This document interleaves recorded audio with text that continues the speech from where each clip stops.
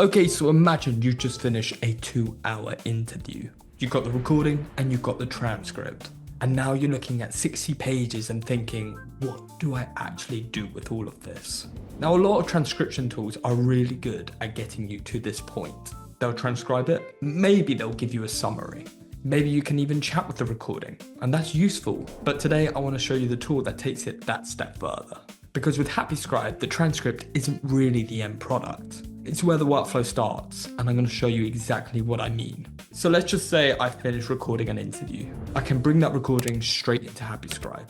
I can upload the file, import it from where I'm storing it, or if this was a meeting, I could have HappyScribe's Notetaker join the call automatically. And once that recording is in here, HappyScribe gets straight to work. Now the first thing you're going to get is a full transcription. And this is really important. I can go directly into the transcript, change the words, correct something, search through the conversation, and jump straight into the moment where something was said. So already this is more useful than just having some text sitting on my computer. But let's take it that one step further, because maybe I don't actually want to read through this entire interview. So I can use the AI feature within HappyScribe to pull out the important parts. For example, give me the key points. What were the biggest takeaways? What were the most important decisions?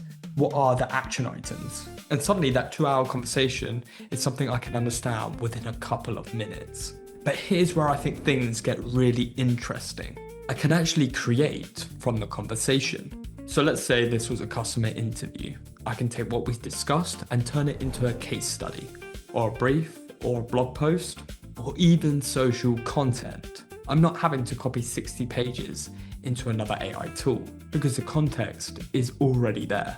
Then there's the part I think creators are going to really appreciate: subtitles. Let's say this interview is also going to go on YouTube. I've already got the video and now I've got the transcript. I can generate subtitles directly from that transcript.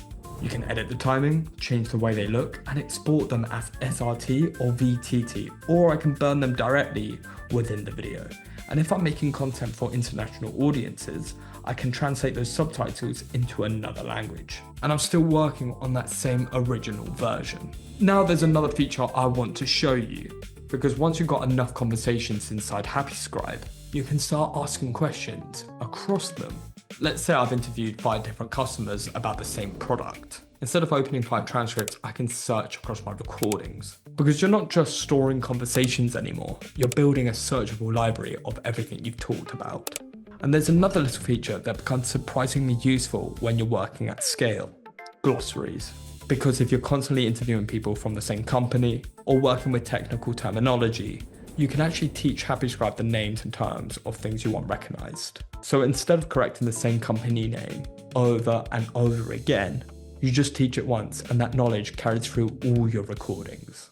And of course, you don't have to be sitting at your computer to do any of this. Because if a conversation happens in person, you can actually just record it from the mobile app. If it's Zoom, Google Meet, or Teams, HappyScribe can join automatically. And if you've already got the recording, you can just upload it. So however the conversation happened, you can bring it to the same workflow. Now, I think there's a really important distinction here. If you just need to transcribe one recording every few months, this is probably a bit overkill for you, because a basic transcription tool will probably do the job. But if you're actually doing something with those conversations, it's not just a place where your recordings go to become text. It's a place where your conversation becomes something you can actually work with. I think that's the part most transcription tools are actually missing.